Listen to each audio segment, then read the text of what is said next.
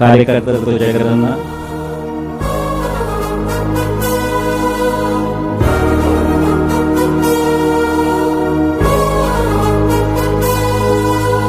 ఈ సంక్రాంతి తర్వాత నేను కూడా జిల్లాల బాట పడతాను.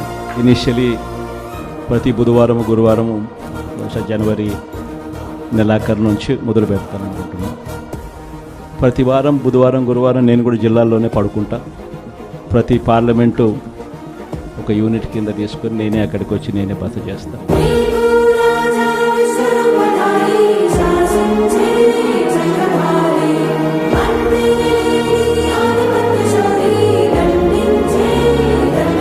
పార్టీ బలోపేతానికి దిశానిర్దేశం అనే కార్యక్రమం పేరు కూడా పెట్టి ముందుకు తీసుకుని పోతాం.